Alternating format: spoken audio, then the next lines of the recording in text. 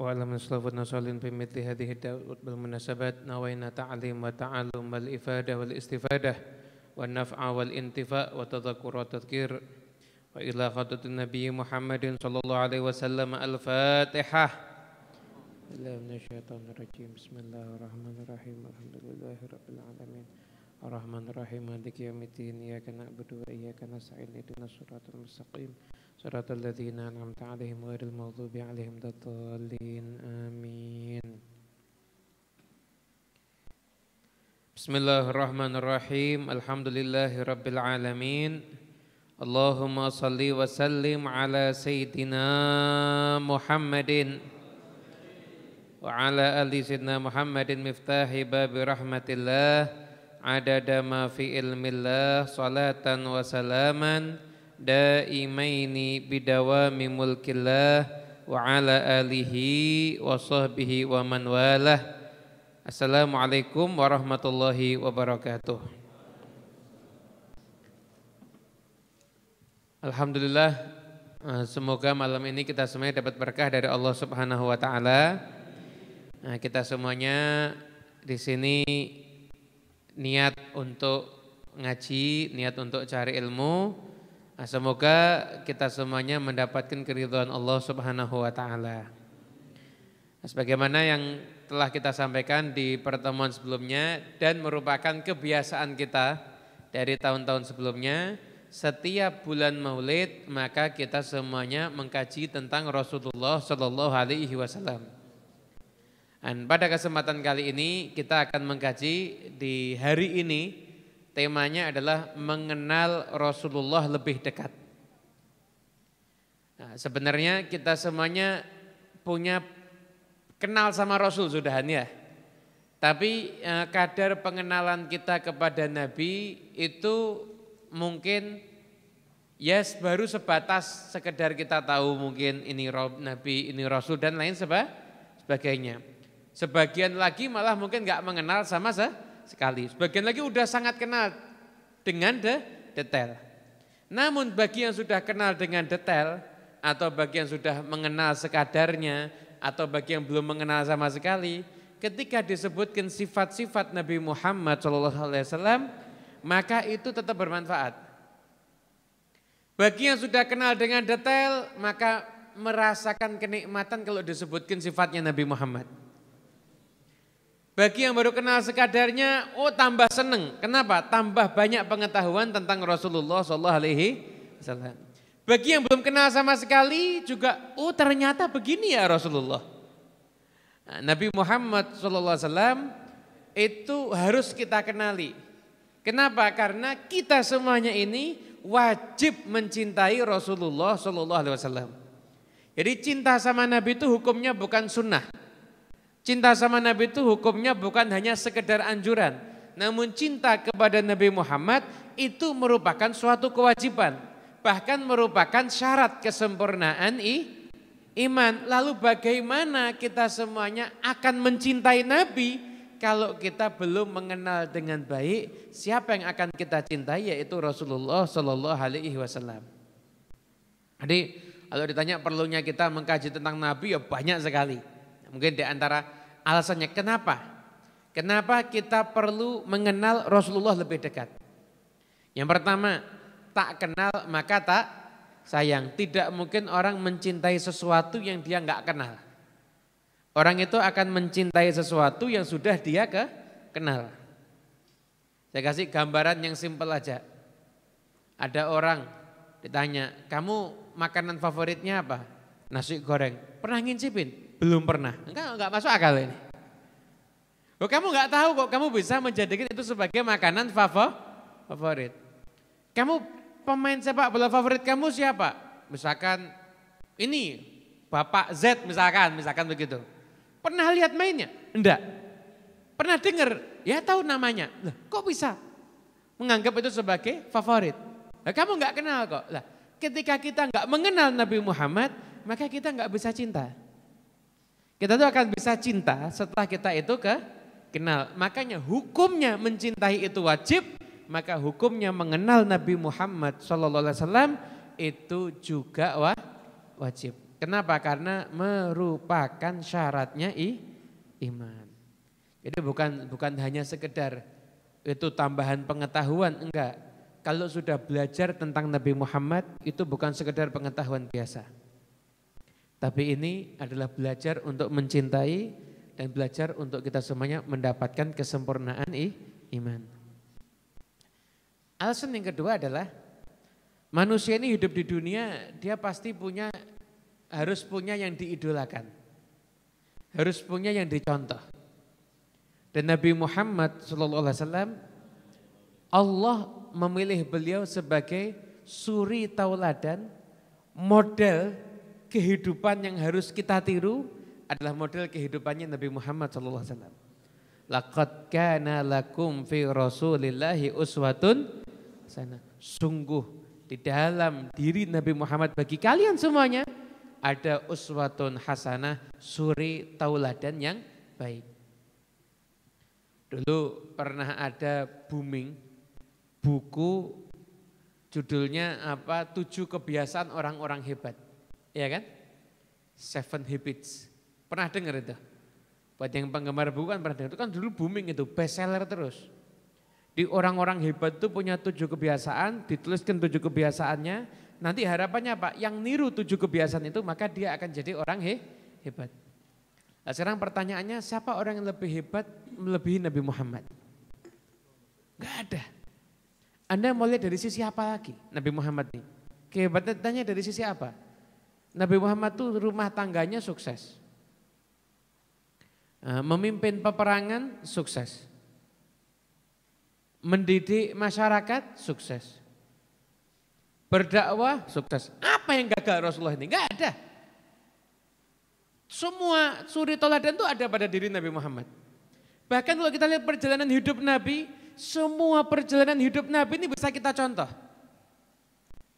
Itulah hikmahnya Nabi Muhammad pernah kalah perang.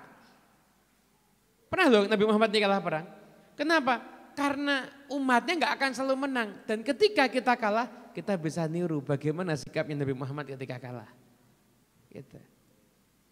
Nabi Muhammad itu pernah ngelamar perempuan ditolak, pernah.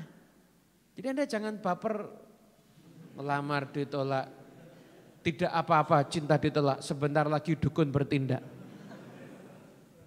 Jangan baper, lamaran ditolak habis itu enggak mau hidup. Saya lebih baik minum baygon daripada minum kopi. Lalu perlu sekalian botolnya aja kalau perlu. Jadi Nabi Muhammad, seorang Nabi Muhammad, Rasulullah ngelamar cewek ditolak, pernah. Enggak pernah. Itu di hadis Sahih Bukhari, ada perempuan udah dinikah sama Nabi, ketemu sama Nabi, perempuannya marah-marah, pernah. Nabi Muhammad ya pernah diomelin sama perempuan, pernah. Diomelin sama istri beb, oh banyak, sering kali itu. Pernah istrinya Nabi itu banting piring di depannya Nabi. Pernah semuanya, jadi apapun yang dialami sama Nabi, suka dan duka itu pelajaran untuk kita semuanya. Nabi pernah nggak punya apa-apa. Bahkan kalau kita lihat kita ini hidup kita, saya sering menyampaikan ini. Kita ini kalau merasa hidup kita ini susah, penuh masalah, penuh problem, maka berarti kita kurang kenal sama Nabi. Kita nganggap saya hidupnya sangat susah, mohon maaf. Sesusah-susahnya hidup kita gak seujung kuku dengan apa yang dialami oleh Nabi Muhammad. Gak seujung kuku apa yang dialami oleh beliau. Rasulullah Sallallahu Alaihi Wasallam, Anda bayangkan nih kehidupannya, beliau lahir udah gak punya ayah. Umur 6 tahun beliau pergi dengan ibunya ke Madinah. Ibunya meninggal dunia, bahkan beliau yang termasuk ikut gali makamnya ibunya sendiri. Usia berapa? 6 tahun. Umur 8 tahun dirawat sama kakek, kakeknya beliau meninggal dunia, dirawat sama paman. Nabi Muhammad, beliau pernah lamarannya ditolak, pernah. Ditinggal wafat sama istrinya, pernah. Ditinggal wafat oleh sebagian besar anaknya. 3 putra Nabi itu wafat. Yang laki-laki semua wafat di masa hidupnya Nabi. Putrinya Nabi ada yang wafat di masa hidupnya Nabi Muhammad SAW. Mengalami percobaan pembunuhan sering kali, bukan cuma sekali 2 kali, sering kali. Diusir pernah, dikhianati pernah, diceraikan putrinya di hadapannya pernah, dihina sama keluarganya pernah, difitnah pernah. Jadi semua yang dialami sama Nabi itu terkena panah, berdarah sampai gigi gerahamnya itu patah pernah. Semua susah itu rata-rata sudah pernah dialami sama Rasulullah SAW. Tapi lihat bagaimana sahabat meriwayatkan tentang Nabi. Nabi itu dikenali adalah orang yang paling banyak tersenyum. Coba ujian hidup kita dibandingkan sama Nabi. Jauh apa enggak? Oh, kita susah aja mesti punya orang tua, mesti punya ayah ibu, mesti punya keluarga. Dibanding Nabi enggak ada apa-apanya. Tapi kalau orang itu sering susah, maka sering sholawat sama Nabi Muhammad. Supaya disingkirkan semua kesusahannya. Nah, hadirin yang dimuliakan Allah Subhanahu wa taala, kita mengenal Nabi agar kita punya suri tauladan yang jelas di dalam kehidupan kita. Kemudian yang ketiga, kita mengenal Rasulullah SAW agar kita bisa lebih memahami Al-Quran. Al-Quran ini kan kadang-kadang teksnya itu secara global. Lah yang memperjelas daripada teks ayat suci Al-Quran adalah kehidupan Nabi Muhammad SAW. Di Al-Quran ada perintah untuk berjihad fisabilillah. Anda perhatikan semua perintah jihad, semua perintah perang kalau ada di Al-Quran itu ada fisabilillahnya, di jalan Allah. Gimana perangnya itu? Lihat gimana caranya Nabi perang. Nabi itu kalau perang begitu ada yang mengucapkan 2 kalimat syahadat langsung dibebaskan. Dibebaskan seketika juga enggak langsung enggak jadi diperangi. Benar-benar karena Allah. Enggak boleh ganggu perempuan, enggak boleh ganggu anak kecil. Anda bayangkan zaman itu adalah zamannya orang perang gempur, bunuh, hancurkan. Nabi Muhammad udah punya tata krama. Enggak boleh ganggu anak kecil ya, enggak boleh ganggu perempuan ya. Kalau sudah menyerah biarin ya. Kalau sudah masuk Islam jangan diganggu ya. Seperti itu yang dilakukan oleh Rasulullah SAW. Nabi Muhammad SAW ketika perang itu kita dapati itu semua dari kita menyaksikan bagaimana kehidupannya Rasulullah SAW. Ada ayat Quran wa ashiruhunna bil ma'ruf, dan pergaulilah istri-istri bil ma'ruf dengan kebaikan, dengan yang pantas, dengan yang layak. Gimana sih maksudnya? Lihat bagaimana Nabi bersikap sama istrinya. Nabi itu pernah balapan lari sama istrinya. Nabi Muhammad itu pernah istrinya marah dan beliau hanya diam mendengarkan, pernah. Nabi pernah menggendong istrinya ketika lihat ada orang-orang dari Habasyah ketika itu latihan perang. Pernah semuanya. Nah, taunya kita paham Quran dari mana? Ya dari Nabi Muhammad SAW. Salah seorang ulama menyatakan bukan hanya mengetahui sejarahnya Nabi, untuk bisa paham Quran harus cinta kepada Nabi Muhammad. Kenapa? Orang yang enggak cinta dengan Rasulullah SAW maka dia hanya bisa memahami sekedar tekstualnya Quran tapi enggak bisa memahami makna yang terkandung di dalam ayat suci Al-Quran. Dan masih banyak alasan lagi kenapa kita harus berusaha untuk menggali, mengenal kehidupan Rasulullah SAW. Dan kita jadi pecinta-pecinta beliau insyaallah. Dan ya pecinta beliau di dunia ini sampai di akhirat nanti. Amin ya rabbal alamin. Nah, kalau kita mau mengkaji ilmu tentang Rasulullah SAW, ilmu tentang Nabi Muhammad SAW, para ulama menyatakan ada banyak ilmu khusus tentang Nabi. Kalau kita tuh mau mengkaji keutamaan Nabi dibandingkan Nabi yang lainnya, maka namanya ilmu fadhail. Gimana keunggulan, gimana Allah memberikan keunggulan kepada Nabi Muhammad melebihi nabi-nabi yang lainnya. Contohnya Nabi Musa dengar dan bisa mendengar, Nabi Musa itu bisa mendengar kalam langsung dari Allah Subhanahu wa taala. Kepengen lihat Allah, enggak Allah izinkan. Enggak akan kuat. Tapi Nabi Muhammad tanpa minta langsung diundang akhirnya bisa melihat Allah Subhanahu wa taala. Fadhail ini ya. Ini keutamaan ini. Keutamaan. Nabi Ibrahim kena api enggak kebakar. Hebat kan? Anas bin Malik bawa sapu tangan bekasnya Nabi. Kalau membersihkan gimana? Dilemparkan ke api, satu diambil, kotorannya hilang, sapu tangannya masih utuh. Lalu Nabi Ibrahim jasadnya enggak terbakar api, Nabi Muhammad sapu tangannya aja enggak kebakar sama api. Ini namanya, ini fadhail ini. Fadhail juga masuk ke khosais yang tadi itu. Ada juga namanya ilmu khosais. Ilmu khosais itu kekhususan Nabi Muhammad. Imam Suyuti itu ngerangkum dari sekian banyak hadis buat kitab judulnya Al-Khosaisul Kubra, kekhususan untuk Rasulullah sallallahu alaihi wasallam. Gitu. Dan ada lagi namanya ilmu dalail.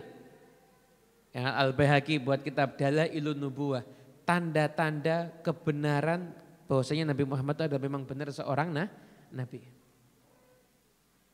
Gitu.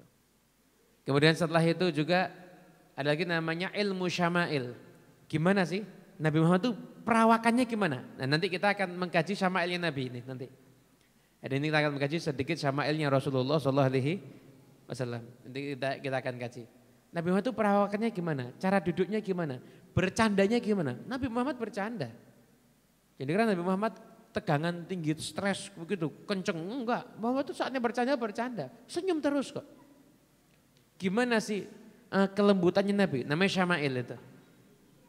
Kemudian ada lagi namanya ilmu sirah. Ilmu sirah itu sejarah Nabi Muhammad lahir tahun ini. Kemudian ibunya wafat di tahun ini. Begitu itu namanya ilmu sirah. Itu adalah ilmu tentang Rasulullah SAW. Jadi kalau kita menggunakan umur kita semuanya untuk mengkaji ilmu tentang Nabi, ya enggak habis. Kita sampai mati yang kita kaji tentang Nabi Muhammad itu masih belum selesai karena betapa banyaknya, belum lagi ilmu hadis. Ucapan-ucapannya Nabi panjang lagi, mustalah hadis lebih panjang lagi nanti. Ya kan? Nah, di kesempatan kali ini saya mau menyampaikan nanti seperti biasa pertanyaan nanti bisa ditanyakan ke WhatsApp ya. WhatsApp aja, WhatsApp ke admin Ngaji Senin. Maksudnya nanti kalau yang mau nanya, terutama tanya tentang kajian malam ini, itu di nomor 08 22 94 kali 3833. 08 22 9-nya 4 kali 3833. Nanti bahasanya nanti tertulis di layar itu insyaallah. Ya. Jadi hadis, jadi kalau kita lihat ya, langsung kita mulai aja. Sahabat itu tidak banyak yang bisa mensifatkan Nabi. Jadi sahabat itu enggak banyak yang bisa mensifatkan Nabi. Kenapa? Karena mereka itu ada yang enggak kuat kalau lihat Nabi terlalu lama, langsung nunduk. Rata-rata begitu. Orang-orang yang berhasil mensifatkan Nabi itu kadang-kadang justru anak kecil. Atau mungkin orang ketika itu belum memeluk agama Islam, belum kenal Nabi. Nah, di antara syama'il Nabi yang ada dalam hadis, itu termasuk yang paling sering diriwayatkan. Ada ketika Sayyidina Hasan bin Ali bin Abi Thalib bertanya kepada pamannya Hindun bin Abi Halah. Tanya, tolong sifatkan kepada kami kakek kami Rasulullah SAW. Saya ingin bisa mencintai beliau setelah mendengar sifat-sifat beliau. Begitu. Ada sifatkan oleh Hindun bin Abi Halah dengan sifat yang panjang, itu masyhur. Ada juga Sayyidina Ali bin Abi Thalib. Namun yang termasuk paling masyhur juga adalah Ummu Ma'bad. Ummu Ma'bad. Jadi Ummu Ma'bad itu seorang wanita yang ditemui Nabi ketika hijrah. Ini Ummu Ma'bad terkenal Kenapa? Karena mensifatkan Nabi Muhammad SAW. Ummu Ma'bad adalah seorang wanita tinggal bersama dengan suaminya Abu Ma'bad. Nah, tinggal ada di jalan dari Mekah menuju ke Madinah. Keduanya ini orang baik. Jadi suka terima tamu, suka ngasih tamu, ngasih jamuan kepada para tamu.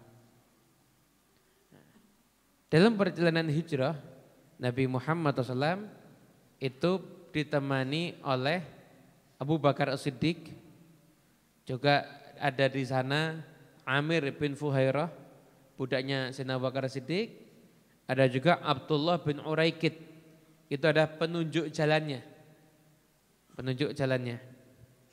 Sampai di tempat-tempatnya Ummu Ma'bad kelaparan, nih semuanya lapar. Sampai tempatnya Ummu Ma'bad, kemudian setelah itu datang ke Ummu Ma'bad, kurang lebih terjemahan bebasnya begini. Kami datang apa ada makanan yang mungkin bisa kita beli atau kita minta. Ummu Ma'bad, biasanya saya ini jamu tamu, kalau saya punya kamu gak usah beli, saya kasih. Cuma sekarang ini benar-benar masa kekeringan.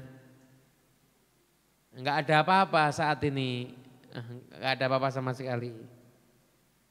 Nah, setelah itu Nabi lihat ada kambing sudah kurus sekali kambingnya. Nabi izin, Ummu Ma'bad, boleh enggak kalau kambingnya saya perah susunya? Ummu Ma'bad dia bingung. Ini kambing kurus. Kemudian enggak mungkin ada susunya. Tapi ini orang kok izin mau memerah susunya kambing? Tahu Ummu Ma'bad jawabannya diplomatis. Enggak nolak, enggak bilang iya. Kalau bilang iya takutnya dikira ngecek. Kalau nolak juga takutnya dikira kok enggak sopan. Ya kalau kamu lihat ada susunya ya enggak apa-apa kamu perah. Oh ya izin ya. Itu baca bismillah, dibaca punggungnya begitu. Setelah itu diperah air susunya. Itu diperah air susunya maka kakinya itu membuka. Dan air susu itu bukan diperah keluar dikit. Enggak, keluarnya itu mengalir dengan deras. Ketika itu. Sampai diambilkan satu wadah itu satu wadah penuh. Begitu satu wadah penuh, siapa yang pertama kali minum? Ummu Ma'bad dulu, Ummu Ma'bad kasih. Setelah itu siapa? Semua rombongannya. Terakhir minum Rasulullah SAW. Anda lihat nih, Nabi Muhammad itu kalau bagi minuman pasti beliau yang terakhir minum. Bagi makanan pasti beliau yang terakhir makan. Kenapa? Beliau sendiri yang bersabda, Sayyidul qaum akhiruhum syurban. Pemimpin dari sekelompok kaum itu harusnya yang terakhir kali menikmati. Gitu. Ya, kalau ada orang buat organisasi, belum apa-apa ketuanya sudah kaya, organisasinya masih melarat. Wah ini mungkin belum niru Nabi ini berarti. Pemimpin itu yang terakhir kali menikmati. Ya. Kadang-kadang Masya Allah belum dilantik itu mobilnya sudah baru kadang-kadang. Di sana. Di sini enggak ada ya. Masya Allah semuanya sana. Sana jauh, sana itu ada. Sini enggak ada yang kayak gitu. Negara kita Masya Allah enggak ada. Nah begitu. Jadi lihat Rasul tuh kasih, baru satu Rasul sendiri yang minum. Setelah itu selesai, enggak. Diperah lagi susunya. Nah, sampai wadahnya penuh. Kata Nabi, ini nanti kalau Abu Ma'bad datang kasih kene. Jalan Rasulullah SAW. Nah, setelah itu Abu Ma'bad datang. Lihat susu, loh. Dapat dari mana? Ini kambingnya kan enggak mungkin keluar air susunya. Kata Ummu Ma'bad, iya ada orang berkah. Barusan dia lewat di sini terjadi begini-begini diceritakan. Lalu diceritakan oleh Ummu Ma'bad, lalu Abu Ma'bad, tolong sifatkan kepadaku orangnya seperti apa. Dan ini disifatkan. Kata beliau, ra'aitu rajulan dhahiral wadha'ah. Aku lihat seseorang sangat nampak keindahannya. Ablajal wajhi, wajahnya itu bersinar. Hasanal khalqi, bentuk fisiknya sangat indah. Wasim qasim itu artinya apa? sangat tampan. Tampan itu diulangi lagi. Sangat tampan. Fi ainaihi da'ajun. Hitam matanya itu sangat pekat warna hitamnya. Wa fi ashfarihi watofun. Kemudian setelah itu bulu matanya lentik. Wa fi sautihi sohalun. Suaranya itu adalah suara yang lantang, suaranya itu suara yang berat, lantang, tapi indah. Karena ada orang badannya gede keker, suaranya kecil, kayak perempuan. Kan ada yang begitu ya. Ada orang kurus, suaranya Masya Allah kayak monster. Wow gitu. Ini Rasulullah SAW itu enggak, jadi suaranya itu pas, didengarkan itu sangat enak. Wa fi unukihi sato'un, lehernya itu panjang. Ya bukan pendek sampai nyun ngapun, cara Jawa kan tidak enak gulune iki nggih. Jadi dari muka langsung pundak. Nah ini bayang kenapa tadi kok ketawa semuanya nih. Jadi lehernya itu bukan dada tapi juga enggak panjang banget juga. Panjang banget jerapah dong jadinya. Enggak panjang banget. Bentuk lehernya itu pas. Wa fi lihyatihi kathathah. Jenggotnya itu tebal. Jenggotnya itu tebal. Kemudian azadju. Azadju itu alisnya itu ujungnya tipis. Aqran, alisnya nyambung. Insamata fa'alaihil waqar. Kalau dia itu diam, maka nampak sekali pribadi yang sangat tenang dan menyejukkan. Wa in takallama samahu wa alahul baha. Kalau sudah bicara, maka nampak ketinggiannya. Nampak derajatnya. Dipandang itu pembicaraannya itu sangat indah. Abhahu wa abhahu min ba'id. Kalau dilihat ajmalun nas, paling indahnya manusia, abhahu min ba'id. Kalau dari jauh kelihatan ini yang paling nampak ini, paling berwibawa ini. Wa ahsanu wa ajmaluhu min qarib. Sudah dekat ternyata yang paling indah Nabi Muhammad SAW. Hulubul mantiqi fasalan. Pembicaraannya itu fasal. Fasal itu maknanya teratur dan benar. Teratur dan benar. Qaulul haq. La nazrun wala hadrun. Bukan orang yang nazrun itu sedikit bicara. Sampai akhirnya yang mau ngajak bicara itu sungkan. Wala hadrun atau kebanyakan bicara. Sampai yang dengarkan sebel. Ini kan dua sikap ini kan bisa membuat orang sama-sama tidak nyaman ya. Anda ketemu orang diajak bicara jawabnya cuma singkat-singkat. Enak apa enggak? Mas sudah makan? Sudah makan? Dah. DAH cuma itu doang jawabannya. Dari mana? Sana. Habis ngapain? Enggak ngapa-ngapa. Itu ditanya gitu kira-kira mau nanya lagi enak apa enggak? Enggak enak. Betul apa enggak? Betul. Tapi ada orang ngomong terus, sama sebel juga ini. Ngomong terus. Kamu dari mana? Oh saya dari rumah saya itu tadi dari kamar, keluar ke kamar mandi, setelah itu saya lihat ada cecak. 1 jam cerita. Dari mana? Gara-gara cecak, lalu cecaknya makan nyamuk. Kan sebel itu ya. Kalau lihat orang kebanyakan bicara. Coba Anda coba, kadang bicara lewat chat aja. Nanya sama orang.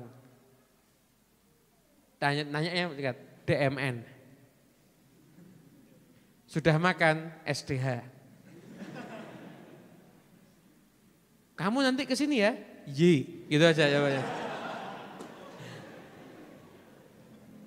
Nyebelin kan gitu kan? Jawabnya singkat-singkat. Tapi ditanya dari mana jawabannya 15 chat belum terbaca. Ya Allah panjang benar. Kayak buat novel. Padahal tanya cuma dari mana. Nabi Muhammad SAW itu pembicaraannya itu indah enak. Bukan orang yang sedikit bicara sehingga membuat orang sungkan ngajak bicara, ataupun banyak bicara sampai orang yang mau mendengarkan itu sebel.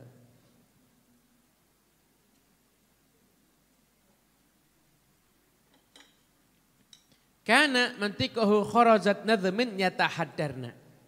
Nabi itu kalau bicara itu seperti untaian mutiara berlian itu berjatuhan dari mulutnya.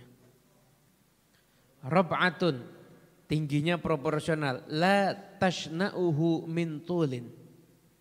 Beliau itu bukan jadi orang yang terlalu tinggi sampai enggak enak dilihat. Wala taktakhimuhu ainun min qisarin, ataupun terlalu pendek sampai enggak nyaman dilihat.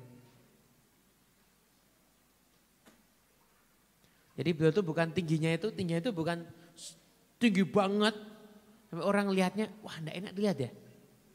Anda lihat orang tinggi banget kan dangak terus akhirnya kan. Gini terus enggak enak. Lihat orang pendek kan juga nyepelekkan. Lihat orang pendek kan bonsai. CPL dan lain sebagainya. Yang CPL paham CPL? Yang lihat dari Jakarta atau dari Kalimantan silahkan tanya sama keluarganya yang di Jawa. CPL maksudnya apa? Cebol maksudnya. Husnun baina husnaini bahwa anzoru thalathati mandharan. Kalau ada 3 orang maka yang paling indah itu Nabi Muhammad SAW. Ajmal. Wa ahsanuhum qadran, paling tinggi derajatnya. Lahu rufaqa yakhufuna bihi. Beliau itu punya sahabat yang selalu mengitarinya. In qala, kalau dia bicara sami'u liqaulihi, maka semua sahabatnya ini mendengarkan pembicaraan beliau. In amara, kalau beliau itu memerintahkan tabadaru ila amrihi, maka bersegera untuk menaati perintahnya Nabi Muhammad. Mahfudun, orang yang memang layak untuk dilayani. Mahsyudun, orang yang layak untuk dijadikan pusat perhatian. Orang itu berkumpul untuk Nabi. La'abisun, bukan orang yang wajahnya itu muram. Wala mufannidun, atau orang yang hobinya mencaci orang lain. Itu adalah sifat dari Ummu Ma'bad ketika mensifatkan Nabi Muhammad SAW. Anda bisa bayangkan. Ummu Ma'bad itu berjumpa dengan Nabi. Perjumpaannya itu hanya singkat, tapi bisa menyebutkan sedetail ini. Anda bisa bayangkan betapa indahnya wajahnya Rasulullah SAW. Orang lihat itu langsung bisa terkenang, sampai bisa menggambarkan. Dan Ummu Ma'bad itu kenapa kok bisa nyifatkan secara detail begini? Ummu Ma'bad itu hobinya disinggahin sama orang. Jadi tahu ketemu dengan banyak orang, tahu karakternya orang. Tapi dia begitu menyaksikan Nabi Muhammad SAW, maka sebanyak dan sepanjang ini beliau mensifatkan Rasulullah SAW. Jangankan aja, kita kalau ditanya, istri kamu alisnya nyambung atau putus, bingung kita. Gimana ya? Lihat fotonya dulu mungkin ya. Tapi udah bayangkan ketemu sesaat Ummu Ma'bad langsung bisa mensifatkan Rasulullah SAW. Nah, betapa indahnya Rasulullah, betapa mulianya Rasulullah, betapa hebatnya Rasulullah SAW. Makanya sampai-sampai para ulama itu kalau menceritakan hadis Ummu Ma'bad ini, beliau menyampaikan begini, kalau kamu mimpi melihat Nabi Muhammad dan sosoknya seperti ini, maka yang kamu lihat adalah sosok Nabi Muhammad yang asli. Ya memang inilah sosoknya Rasulullah SAW. Indah seperti ini. Dan ini kita bayangkan kan. Maka suatu saat kalau Allah izinkan kita memandang beliau, maka beliau jauh lebih indah daripada yang bisa kita bayangkan insyaallah. Karena tidak ada ciptaan Allah yang diciptakan lebih indah melebihi Nabi Muhammad sallallahu alaihi wasallam. Selanjut dikit, nah, karena ini kita masih cerita tentang wajahnya Nabi ya, tentang wajahnya Nabi. Nah setelah kita mendengar ini, kira-kira Nabi Muhammad sama kayak manusia biasa atau beda? Jauh berbeda ya. Ada enggak cacatnya? Ada enggak kurangnya? Enggak ada ya. Kita lihat. Sekarang kita lihat riwayat tentang sebagian kecil fisik Nabi. Saya cuma ambil sedikit karena saya tadi terus terang ketika tema mengenal Rasulullah lebih dekat. Itu saya bingung, yang mau diceritakan tentang Nabi ini sangat banyak. Maka mengenal Rasulullah lebih dekat itu bukan tema satu pertemuan, tema 1 bulan ini harusnya. Harusnya mungkin tema satu bulan. Kita lihat nih gimana sahabat mensifatkan Rasulullah SAW. Abu Hurairah itu sebagaimana kita tahu periwayat hadis terbanyak ya. Berarti sering ketemu Nabi enggak? Sering. Kita lihat beliau ditanya tentang Nabi Muhammad. Gimana jawaban beliau? Beliau menyampaikan apa? Ma ra'aitu syai'an ahsana min Rasulillah. Saya enggak pernah menyaksikan sesuatu yang lebih indah melebihi Rasulullah, enggak ada. Paling indah yang pernah saya saksikan itu Rasulullah. Gimana wajahnya? Ka'anna syamsa tajri fi wajhi. Seakan-akan matahari itu beredar di wajahnya Nabi Muhammad. Jadi gak bisa nyifatkan bentuk matanya, bentuk alisnya gak bisa. Ya matahari ada di wajahnya beliau. Saking bersinarnya Rasulullah SAW. Imam Al-Ghazali beliau mengatakan sahabat Nabi ini kalau disuruh mensifatkan Rasulullah ya gak mampu. Sayyidina Abu Bakar As-Siddiq aja itu sampai melantunkan dalam syairnya apa? Aminun Mustafa lil khairi yad'u qadha'il badri zayalahu dhalamu. Beliau itu adalah aminun, orang yang terpercaya. Mustafa, orang yang terpilih, lil khairi yad'u, menyeru kepada kebaikan. Qadha'il badri, ibarat rembulan, zayalahu dhalamu, maka beliau itu ibaratnya rembulan yang menepis segala kegelapan. Itulah Rasulullah SAW. Ada Abu Ubaidah bin Muhammad bin Amr bin Yasir. Berkata pada Rubayyi binti Muawwidh. Datang. Sifilana Rasulullah SAW. Sifatkan kepadaku gimana Rasulullah SAW. Maka ada seorang wanita tadi yang ditanya. Beliau menjawab gimana? Ya bunayya wahai putraku. Lau ra'aitahu la ra'aita syamsa tali'ah. Sungguh kalau kamu menyaksikan Nabi Muhammad, yang kamu saksikan adalah matahari yang sedang terbit. Jadi gak bisa nyifatkan Nabi detail, gak bisa. Saking indahnya Rasulullah SAW.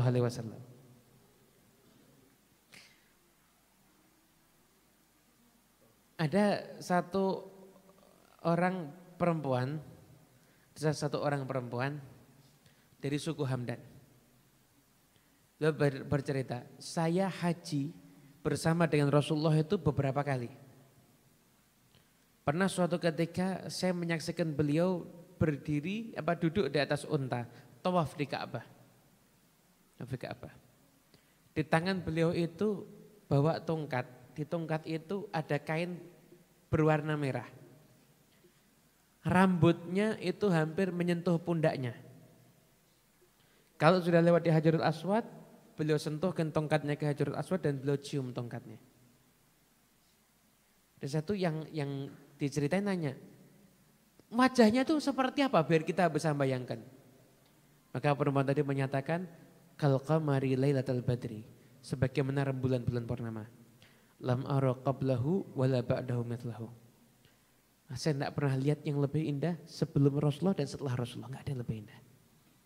Yang paling indah itu adalah Nabi Muhammad SAW. Bahkan Abdullah bin Rawahah ini itu menyampaikan apa? Wajahnya Nabi itu bukan cuma menunjukkan keindahan aja, enggak. Syekh Abdullah Sirajuddin Al-Husaini dalam kitabnya Sayyiduna Muhammad Rasulullah itu mengatakan apa? Wajahnya Nabi itu memang penuh dengan cahaya. Namun bukan hanya sekedar cahaya, wajahnya Nabi juga ada cahaya-cahaya maknawi dan rahasia ilahi yang orang apabila menyaksikannya, orang bisa langsung meyakini ini adalah utusan Allah Subhanahu wa taala. Abdullah bin Salam itu salah seorang pembesar dari Yahudi, bahkan pendetanya, tokoh agamanya. Pertama kali Nabi Muhammad datang ke kota Madinah, lihat orang-orang tuh rebutan pengen lihat. Maka kata Abdullah bin Salam, saya juga kepengen lihat. Begitu saya lihat, falamma ta'ammaltu wajhahu araftu anna wajhahu laysa biwajhin kadzdzab. Terus saya lihat wajahnya, saya perhatikan wajahnya, saya langsung tahu ini wajahnya bukan wajah seorang pendusta. Kata riwayat hadis, memang bukan wajah pendusta, wajahnya adalah wajah pemimpin dari semua rasul.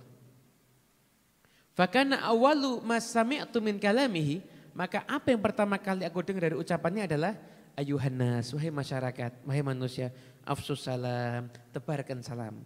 Wa at'imu ta'am, kasih makan orang. Wasilul arham, sambung tali silaturahmi. Wasallu bil laili wan nasu niyam tadkhulul jannata bisalam. Salatlah kamu ketika manusia itu tidur, maka kamu akan masuk surga dengan selamat. Jadi indah sekali wajahnya Rasulullah sallallahu alaihi wasallam. Kemudian setelah itu saya ambil dikitlah ini terakhir yang membedakan Nabi dengan manusia biasa. Orang yang mungkin wajahnya bersinar mungkin bisa diedit pakai lampu dan lain sebagainya ya. Tapi yang satu ini nggak bisa diedit yang satu ini. Keringatnya Nabi Muhammad SAW lebih wangi dibanding semua minyak wangi yang ada. Bahkan Anas bin Malik mengatakan masyamamtu ambaran qad wala miskan wala syai'an atyaba min rihi Rasulillah sallallahu alaihi wasallam. Saya tidak pernah mencium satu minyak wangi, mau minyak wangi ambar, minyak wangi misik yang lebih harum daripada aromanya Rasulullah sallallahu alaihi wasallam. Bahkan keringatnya Nabi Muhammad pun itu sempat dibuat minyak wangi oleh para sahabat. Nabi lihat ada sahabat pakai minyak wangi kok harum sekali ini. Dari mana? Didapat ya Rasulullah, ini dari bekas keringatmu saya gunakan untuk minyak wangi. Keringatnya tuh wangi. Jadi itu menunjukkan bahwasanya Nabi Muhammad itu bukan manusia biasa. Nah, Syekh Said Ramadan Al-Buti dalam kitabnya Fikih Sirah, beliau menceritakan dulu ada salah satu, saya nggak berani nyebut nama negara ya, dan nyebut nama negara mau menjajah mana juga nggak saya sebut, takut kena pasal UU ITE nanti takutnya, yang harus berhati-hati sekarang para ustadz ini. Jadi dikisahkan ada satu negara yang mau masuk ke negara muslim, negara kafir mau menjajah negara muslim. Ketika berusaha masuk nggak bisa. Nah, karena lihat masyarakatnya, ulamanya dan pemimpinnya ketika itu kan raja-raja itu kompak semuanya. Akhirnya dia merusak dari dalam. Merusak dari dalam. Ketika merusak dari dalam, maka ditimbulkanlah pemahaman yang aneh-aneh. Dijadikan orang itu jauh daripada agamanya. Di antara propagandanya itu mereka mengatakan begini, tahu enggak Eropa itu sudah mengalami revolusi industri. Kenapa kok di Eropa itu bisa berjaya, bisa maju, bisa menjadi semakin hebat? Karena revolusi industri. Itu karena sekarang ini di Eropa agama itu yang kita pakai hanya yang sesuai dengan akal. Enggak masuk akal enggak kita pakai. Padahal yang namanya agama itu bukan hanya akal tapi iman. Kalau sudah iman dihilangkan maka enggak ada agama lagi. Yang ada hanya logika. Dan logika itu setiap orang pasti berbeda. Agama yang menjadikan orang itu punya logika, benar apa salah, patokannya adalah urusan agama, adalah keimanan, adalah wahyu ilahi, adalah hadisnya Nabi Muhammad SAW. Jadi digaung-gaungkan seperti itu. Sampai muncul akhirnya penulis-penulis yang menulis tentang Rasulullah tapi diambil dari sisi yang bukan Rasulnya. Diambil apa? Nabi Muhammad itu seorang pemberani, seorang kesatria, cendekiawan, seorang pemikir, seorang ayah yang sukses, seorang pemimpin. Cuma begitunya aja. Loh itu kan muji Nabi, Beb. Iya, tapi jangan lupa mereka cuma mau ngambil bahwasanya Nabi Muhammad itu ada sosok yang hebat, tapi melupakan kalau beliau itu yuha ilayya, seorang yang mendapatkan wahyu. Terjadi fitnah seperti itu ketika itu. Ini Syekh Ramadan Al-Buti. Maka ketika itu beliau menjawab dengan kitabnya Fiqh Surah terhadap bantahan-bantahan semacam itu. Betul Nabi Muhammad itu pemimpin, pemberani, semuanya sifat Nabi benar. Tapi jangan lupa itu hanya bagian cabangnya aja. Intinya beliau itu adalah utusannya Allah Subhanahu wa Ta'ala. Kenapa? Karena kalau Nabi Muhammad itu dikagumi karena keberaniannya, mungkin kamu juga bisa mengagumi tokoh lain yang bersama-sama berani. Yang kamu anggap punya keberanian yang mirip mungkin. Kalau kamu kagumi kecerdasannya, mungkin kamu bisa mengagumi tokoh lain yang cerdas juga. Tapi kalau kamu mengagumi Nabi Muhammad karena itu utusan Allah, maka kamu gak akan kagum kepada yang lainnya lagi. Kecuali kamu memandangnya dengan kacamata Rasulullah SAW. Paham ya? Pemimpin dunia hebat betul. Tapi jangan lupa Nabi Muhammad itu tudilluhul ghamamah, dinaungi oleh awan, wajahnya bersinar, bau keringatnya wangi. Ada enggak pemimpin dunia yang seperti itu? Ada enggak? Ada enggak? Pernah ketemu orang hebat keringatnya wangi? Ada? Pernah ketemu orang kalau jalan atasnya dinaungi sama awan? Ada?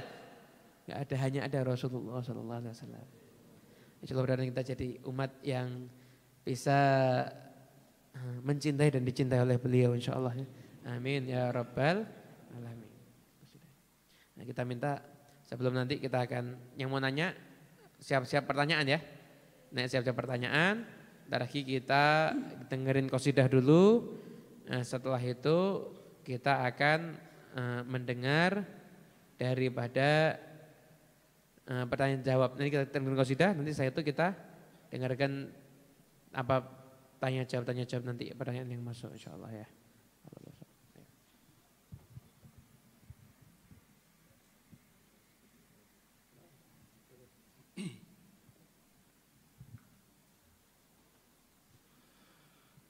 مولاي صل وسلم دائما أبدا على حبيبك خير الخلق كلهم مولاي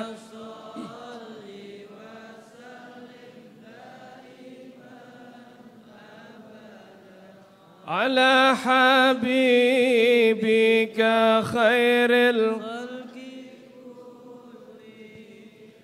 نبي putra Abdullah Nabi Allah Muhammad Nabi di akhir zaman Nabi Allah Muhammad Nabi penutup Rasul Nabi Allah Muhammad Nabi kekasih Allah Nabi Allah Muhammad Maulaya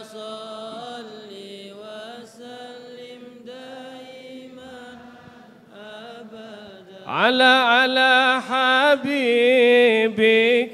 خير الخلق كلهم pria paling amanah Nabi Allah Muhammad paling benar sabdanya Nabi Allah Muhammad pemimpin di dunia Nabi Allah Muhammad pemimpin di akhirat Nabi Allah Muhammad Maulaya salli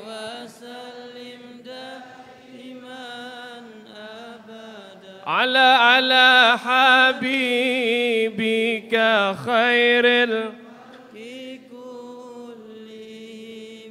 penerang di dunia Nabi Allah Muhammad penolong di akhirat Nabi Allah Muhammad pemberi kabar baik Nabi Allah Muhammad pemberi kabar buruk Nabi Allah Muhammad Maulaya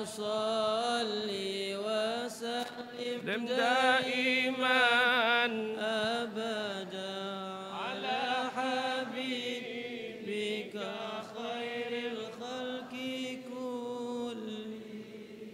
yang wajib diikuti Nabi Allah Muhammad, yang wajib ditaati Nabi Allah Muhammad, yang wajib diteladani Nabi Allah Muhammad, yang wajib dipercaya Nabi Allah Muhammad. Maulaya salli wa sallim daiman abada ala habibika khair khalqi kullihim.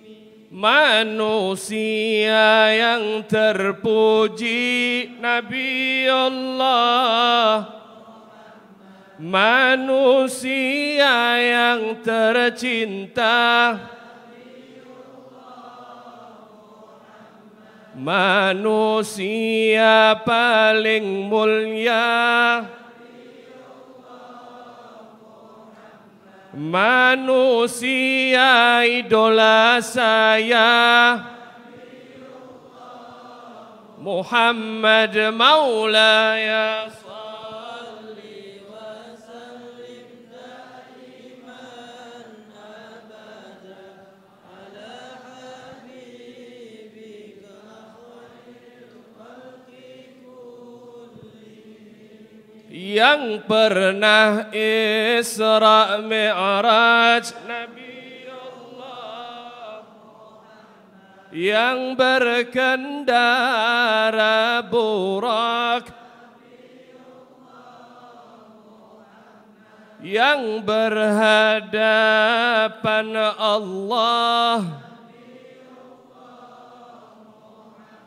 yang dapat perintah salat Nabi Allah Muhammad. Maulaya salli wa sallim daiman abada ala habibika khairil.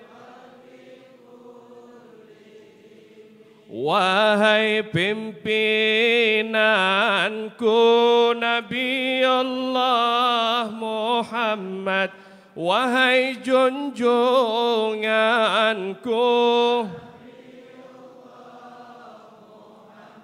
ku harap dapat mimpi, ku harap syafaatmu Nabi Allah Muhammad. Maulaya salli wa sallim daiman ala habibika khairil. Salawat salam Allah untuk Nabi Muhammad, salamnya malaikat untuk Nabi Muhammad. Salawat dan salamku untuk Nabi Muhammad, salam sepanjang zaman untuk Nabi Muhammad. Maula salli wa sallim daiman abada ala habibika khairil khalqi. Ya Rabbi bil Mustafa balligh maqasidana waghfir lana ma madha ya wasi'al karami. Ya Rabbi bil Mustafa balligh maqasidana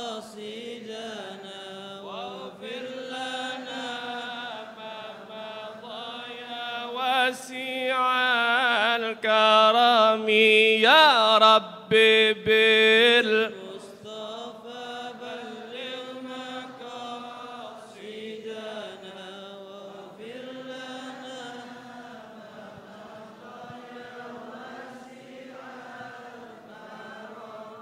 اللهم صل وسلم وبارك عليه. Pertanyaan-pertanyaan yang masuk. Assalamualaikum. Biar juga jawab semua ya. Ini kalau yang nanya nanti sebutkan, jangan lupa nyebutkan daerahnya ya. Yang nanya dari Raudhah, enggak sebut juga dari Raudhah. Maaf mau bertanya, jika kita membaca atau mendengar kisah-kisah Rasulullah bisa membuat hati menangis. Namun apakah ada indikatornya kalau kita benar-benar mencintai Rasulullah? Apakah ada di hati dalam setiap aktivitas keseharian atau bagaimana? Dan bagaimana caranya agar lebih mencintai Rasulullah lebih dalam lagi? Nah, apa indikator kita sudah mencintai Rasulullah SAW? Yang dapat snacks boleh dinikmati ya? Boleh langsung dinikmati. Apa indikator kita semua sudah mencintai Rasulullah SAW? Orang itu kalau jatuh cinta, caranya tahu dia jatuh cinta atau enggak, caranya gimana? Satu, kepikiran. Jadi kalau kita itu cinta sama Nabi Muhammad, ya kita mikirkan Nabi Muhammad. Kita mikirkan, ini yang kita lakukan kira-kira Nabi seneng apa enggak ya? Ini Nabi ridho atau enggak ya dengan perbuatan kita ya? Mau tidur bisa mimpi Nabi atau tidak ya? Itu yang namanya orang cinta, kepikiran. Anda kalau pengen tahu orang cinta, Anda lihat di video 1 menit yang baru saya masukkan di YouTube. Sama teman-teman tadi masukin di YouTube. Itu kajian lama saya 2 tahun yang lalu, tapi diedit lagi, baru dimasukkan ke YouTube, cuma 1 menit. Kisah orang yang benar-benar mencintai Nabi. Nah, saya nggak sebutkan di sini, sekalian promosi biar lihat ya. Nah, itu. Jadi baru diupload beberapa jam yang lalu. Silakan dicek di channel YouTube Ustadz Muhammad Al-Habsyi. Itu indikator orang cinta sama Rasulullah begitu. Jadi indikatornya apa? Kepikiran dan takut jauh, takut berpisah, itulah namanya orang cinta. Bisa enggak saya berjumpa dengan yang dicintai? Gitu. Nah, karena orang itu jatuh cinta itu kalau ada satu momen dia akan bertemu dengan orang yang dicintai, bisa memungkinkan, itu mikirnya gitu terus, ketemu enggak ya? Nanti kelihatan enggak ya? Kan mikirnya begitu ya. Orang cinta sama Nabi tapi enggak pernah pengen ketemu Nabi, ya berarti mohon maaf, itu baru belajar cinta kepada Rasulullah SAW. Bagaimana caranya agar lebih mencintai Rasulullah, agar lebih dalam lagi cinta kita kepada Rasulullah? Maka caranya adalah dengan kita berusaha lebih mengenal beliau. Nah, usaha kita untuk lebih mengenal beliau itu menjadikan kita lebih lagi di dalam kita bisa mencintai Rasulullah SAW.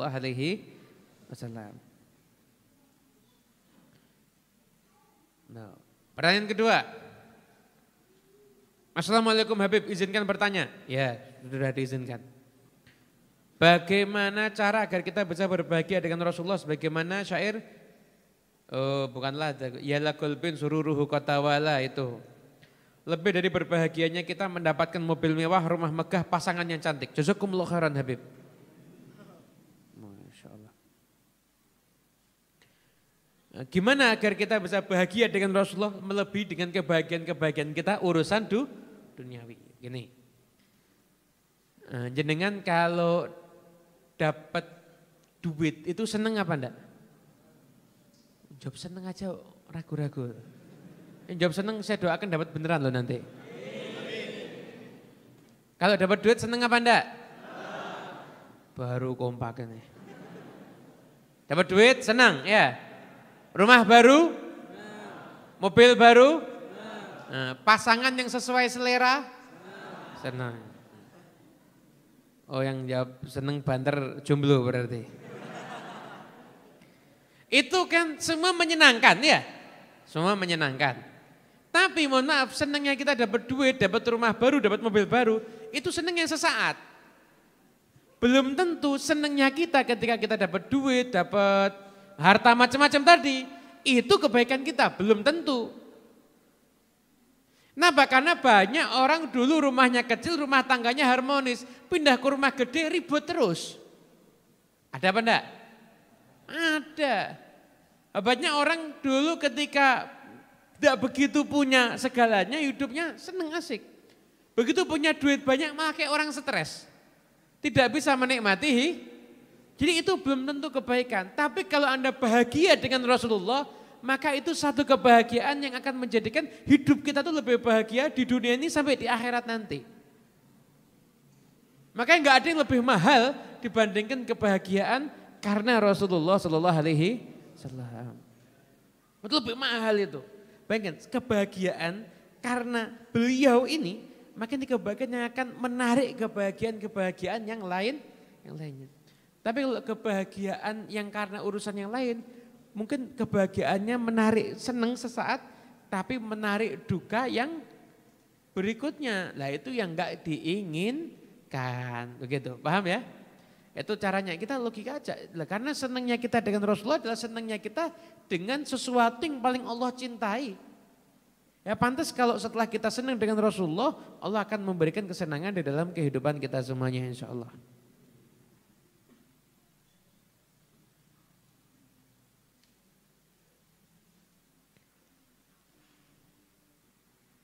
Kemudian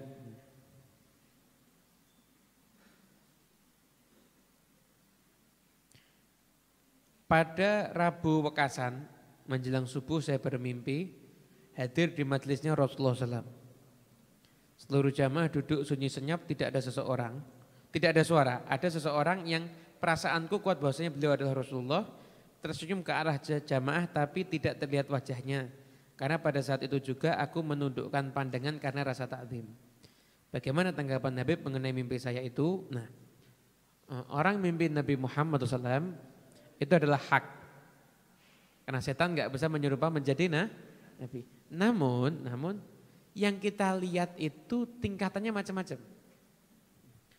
Ada orang mimpi Nabi itu dia yakin itu Nabi tapi nggak lihat wajahnya. Seperti hanya lihat cahayanya atau dia menundukkan pandangan, itu terjadi seperti itu. Kemudian atau orang mimpi Nabi tapi yang dilihat sosok yang dia kenali. Mungkin ulama yang soleh atau gurunya dan lain sebagainya, itu bisa terjadi. Lah mimpi Nabi yang tingkatan paling tinggi adalah orang yang mimpi Nabi Muhammad dan dia menyaksikan surah bentuk aslinya Rasulullah SAW. Itu adalah mimpi Nabi yang paling tinggi.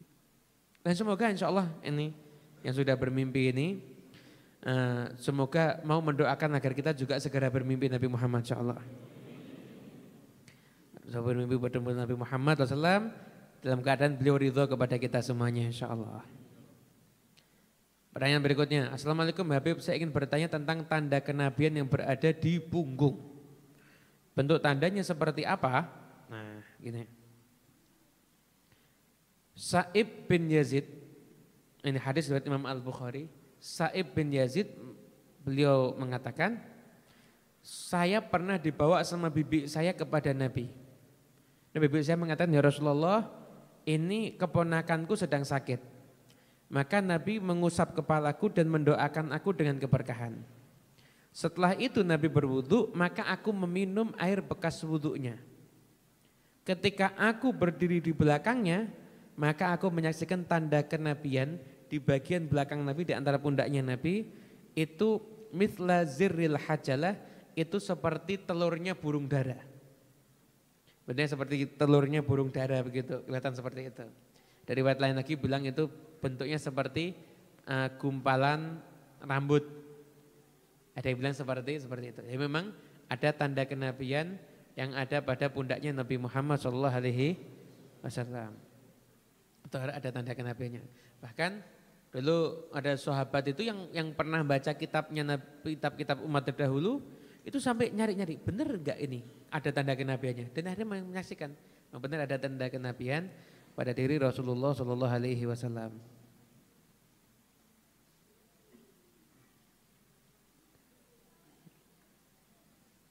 Cara agar bisa bermimpi Nabi udah ya, minggu lalu udah kita sebutkan ya.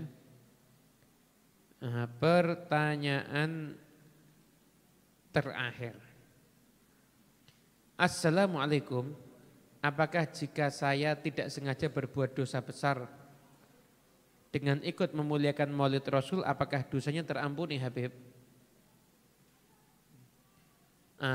Orang yang punya dosa besar, apakah dia terampuni dengan ikut maulid? Kalau sekedar ikut maulid hanya untuk pengen dengarkan suaranya, senang sama musiknya, ya itu levelnya hanya sekedar lebih bagus dibandingkan konser gitu aja. Ya kenapa konser Anda cari musik, maulid juga Anda cari musik. Ya kan kurang lebih sama ya kan. Nah, tapi kalau maulid itu Anda harus niat memang mau hormat Nabi, mau sholawat kepada Nabi. Lah kalau Anda datang maulid niatnya menghormat Nabi, mengagungkan Nabi, mengistimewakan Nabi, saya mengisi waktu saya untuk hormat kepada Nabi Muhammad SAW, maka insya Allah Anda akan mendapatkan pengampunan karena berkatnya Rasulullah SAW. Nah, dikisahkan, dan kisah ini terakhir penutup, karena kisahnya sangat bagus ini. Ini kisah dari Wahab ibn Munabbih. Wahab ibn Munabbih itu adalah seseorang yang hobinya mempelajari kitab-kitab dari umat yang terdahulu. Dan kitab ini saya dapat dari kitab Hilyatul Auliya. Hilyatul Auliya itu adalah kitab rujukan daripada Imam Ghazali ketika buat Ihya, sebagian itu merujuk dari kitab Hilyatul Auliya karya Abu Nu'aim Al-Asfahani. Beliau mengisahkan Wahab ibn Munabbih, dulu di zaman Bani Israel ada seseorang yang bermaksiat kepada Allah 200 tahun. Ketika dia mati, maka orang itu nguburkannya gimana? Diseret kakinya, dilemparkan ke tempat sampah. Maka Allah Subhanahu wa taala mewahyukan kepada Nabi Musa. Nabi Musa suruh keluar dari rumahnya, suruh nyolatin dia. Nabi Musa, ya Allah, ini Bani Israel semuanya tahu. Orang ini bermaksiat kepadamu selama 200 tahun, semua orang tahu. Kemudian kata Allah mewahyukan pada Nabi Musa menjawab bahwasanya, wahai Musa, sesungguhnya orang ini memang benar dia itu seorang pendosa. Akan tetapi dia itu punya satu kelebihan. Apa kelebihannya? Ketika dia itu mendapatkan kitab Taurat dan dia melihat kepada nama Muhammad SAW, maka dia menciumnya dan meletakkan di kedua matanya serta berselawat kepada Nabi.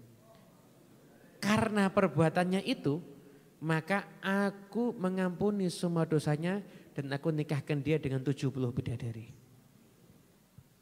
Barokahnya memuliakan Rasulullah SAW. Kayaknya lu sudah nyambung dengan Nabi itu, rahmat Allah itu pasti akan turun. Dan kita semua insya Allah jadi orang yang bisa memuliakan Nabi insya Allah. Jadi orang yang bisa memuliakan Rasulullah SAW. Apapun juga, pokoknya jangan mau kita ini digiring untuk ada rasa enggak hormat kepada Nabi. Jangan mau kita ini digiring untuk ada rasa enggak hormat kepada Nabi. Yang saya perlu sampaikan di sini, semua yang sudah berkaitan dengan Nabi itu jadinya mulia. Jadinya mulia. Ada orang pakai pakaian gamis, pakaian panjang itu, tahu ya? Gamis. Itu sunnah. Anda enggak pakai itu enggak masalah. Tapi ketika Anda menghina pakaian itu, maka Anda berarti sudah menghina sunnahnya Nabi Muhammad. Ada orang pakai pakaian misalkan di atas mata kaki. Anda enggak cocok dengan pribadinya silahkan. Tapi bagaimanapun juga pakaian di atas mata kaki itu termasuk sunnah. Kalau cinta, Anda enggak akan menghina itu. Kenapa? Sudah jadi bagian yang ada pada diri Nabi Muhammad SAW. Dan mohon maaf ini harusnya yang menyampaikan bukan orang Arab. Ini karena orang Arab menyampaikan gini jadinya sebenarnya sungkan. Nabi Muhammad memang bukan nabinya untuk orang Arab aja. Dan Islam bukan agamanya Arab. Islam adalah agama untuk semua umat manusia. Tapi Nabi Muhammad dengan Arab, Islam dan Arab itu tidak bisa dipisahkan. Gimana kita mau memisahkan Islam dengan Arab? Salatnya kita pakai bahasa apa? Arab. Kitab suci kita pakai bahasa apa? Arab. Dan Nabi kita orang apa? Arab. Ini nggak bisa dipisahkan. Jadi jangan akhirnya kita menghina Arab dan nanti mau nggak mau lama-lama menghina Nabi loh. Sedikit kurang ajar sama Nabi, kalau kita nggak istighfar, nggak hati-hati, akan terus berlanjut semakin kurang ajar nanti akhirnya. Na'udzubillah min. Yang perlu kita sampaikan, tidak mungkin berkumpul di dalam satu hati yang sama, mencintai Nabi Muhammad dan membenci Arab, nggak mungkin. Kalau dia cinta sama Nabi Muhammad nggak akan membenci Arab, nggak akan membenci sunnahnya Nabi. Kalau dia mencintai Nabi Muhammad maka dia akan mencintai semua yang berkaitan dengan Rasulullah Sallallahu Alaihi Wasallam. Saya sering menyampaikan, saya kan ada madrasah kecil-kecilan kita di rumah, kan anak-anak datang ke sana untuk belajar nahwu dan belajar fikih. Saya sering menyampaikan pada mereka, kamu belajar bahasa Arab, tujuannya membaca kitab kuning bagus. Tujuannya mau bisa baca tafsir, bagus, semuanya bagus. Tapi kamu juga harus punya motivasi mahabbah. Kamu belajar bahasa Arab karena kamu cinta dengan Nabi Muhammad orang Arab, bicara dengan bahasa Arab, Quran dengan bahasa Arab, makanya kamu pengen belajar bahasa Arab. Itu motivasi yang paling utama kamu belajar bahasa Arab. Ya, saya kasih contoh nih. Ada pemuda tinggal di, katakanlah di Solo lah, tinggal di pemukiman kumuh. Mau nikah, ngelamar cewek ditolak semua, dari cewek yang cantik sampai cewek yang jelek, semua tidak ada yang mau sama dia. Tiba-tiba ada perempuan dari Italia jatuh cinta sama dia. Itu kira-kira nih pemuda tadi seneng apa enggak? Ini wanita dari Italia, jangan bayangkan cantiknya luar biasa pasti. Tiba-tiba senang sama pemuda ini. Kira-kira nih pemuda ini kemudian akan usaha untuk belajar bahasa Italia apa enggak? Mati-matian pasti kan? Kalau perlu jual rumah kursus bahasa Italia. Kalau perlu sampai segitu kan? Iya kan? Loh, ini perempuan Italia mau sama saya harus belajar bahasanya. Loh, dia akhirnya belajar dengan motivasi cinta. Paling sebentar bisa deh, lu cinta kok. Siang malam dia akan belajar. Nah sekarang kita udah cinta sama Nabi atau belum? Jadi kan cintanya kita sama Nabi akhirnya kita membuat kita saya pengen belajar hadis, saya pengen belajar bahasa Arab. Saya pengen tahu apa sih yang diomongkan oleh Rasulullah SAW. Jadi kan kita tuh adalah motivasinya adalah mahabbah, adalah kecintaan kepada Rasulullah SAW. InsyaAllah kita berjumpa lagi di Senin yang akan datang dalam keadaan yang lebih baik lagi insyaAllah. Semoga semua yang hadir Senin yang akan datang udah ada yang mimpi jumpa dengan Rasulullah insyaAllah. Amin ya Rabbi Allah. Mudah-mudahan Allah memuliakan kita semuanya bisa bermimpi berjumpa dengan Nabi dalam keadaan beliau ridho kepada kita semuanya insyaAllah. Amal tidak ada, kita ini amal tidak ada. Yang buat kita pantas untuk mimpi Nabi enggak ada. Tinggal harapan kita yaitu Allah malam ini memandang kita kangen sama Nabi, kita rindu sama Nabi, kita pengen berjumpa dengan Nabi, dan Allah akhirnya memuliakan kita, ma'lutuf wal-afiyah bisa berjumpa dengan Rasulullah SAW. Al-Fatihah bil qabul wal iqbal salah wal mulahafah alaina wa alaikum futuhal arifin wa faqihna yakum fidin wa alimna wa iyyakum mata'il wa hadina wa iyyakum ila sawa'i sabil. Rabbana hab lana min azwajina wa dhurriyyatina qurrata a'yun waj'alna muttaqina imama. Rabbana atina fid dunya hasanah wa fil akhirati hasanah wa qina adzabannar. Wa sallallahu rabbil alamin. Kemudian sebelum saya tutup dengan Al-Fatihah ada permohonan doa yang meninggal Bapak Muslim bin Muhtaram telah meninggal dunia, dan siapapun juga daripada orang tua kita, keluarga kita yang meninggal dunia. Kemudian yang sedang sakit kita doakan, terutama Ustadz Muhammad Sobirin dari Pontianak yang saat ini sedang sakit. Kemudian yang sudah meninggal dunia juga Ibu Sarkiyah binti Utuh Kacil, dan semua orang-orang tua kita yang sudah meninggal dunia, kakek nenek kita semuanya, dan siapapun kerabat keluarga kita yang sedang sakit. Di antaranya juga yang sedang sakit ibunda dari Guru Habib Novel Hababah Lulu binti Ali Al-Habsyi, dan siapapun juga yang sedang sakit semoga Allah angkat semua penyakitnya. Yang sedang meninggal dunia adalah Habib Fahmi bin Muhammad bin Hud Al-Altos, juga kita doakan barusan hari ini meninggal dunia. Dan siapapun juga dari keluarga kita yang meninggal dunia yang sedang sakit, Allah angkat semua penyakitnya. Yang meninggal dunia Allah jadikan kuburnya taman daripada teman surga. Dan yang punya hajat Allah kabulkan hajatnya. Yang punya hutang Allah selesaikan semua hutangnya. Yang sedang susah Allah selesaikan semua kesusahannya. Jadi kita semua selalu berbahagia dengan Rasulullah SAW. Ala dhiniyah wa kulli niyatin salihah jami'ah syamil makbulah. Fi khairi dunya wal akhirah wa ila khadatin Nabi Muhammad SAW. Al-Fatihah. Bismillahirrahmanirrahim. Maliki yaumiddin iyyaka na'budu wa iyyaka nasta'in ihdinas siratal mustaqim siratal ladzina an'amta 'alaihim ghairil maghdubi 'alaihim waladdallin amin.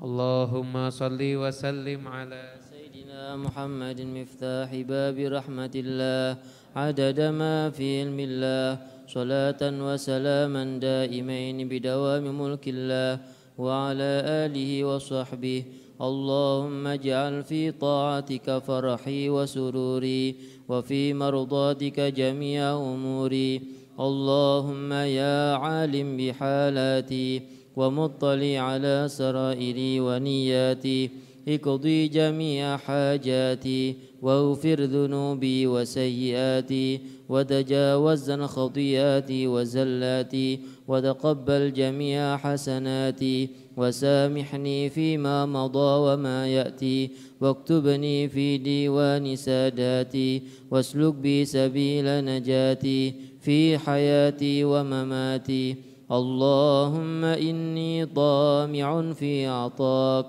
راغب في رضاك مستسلم لقضاك فاكتبني من أولياك واسلك بي سبيل هداك وألحقني بأصفياك وصلى الله على سيدنا محمد وعلى آله وصحبه وسلم والحمد لله رب العالمين.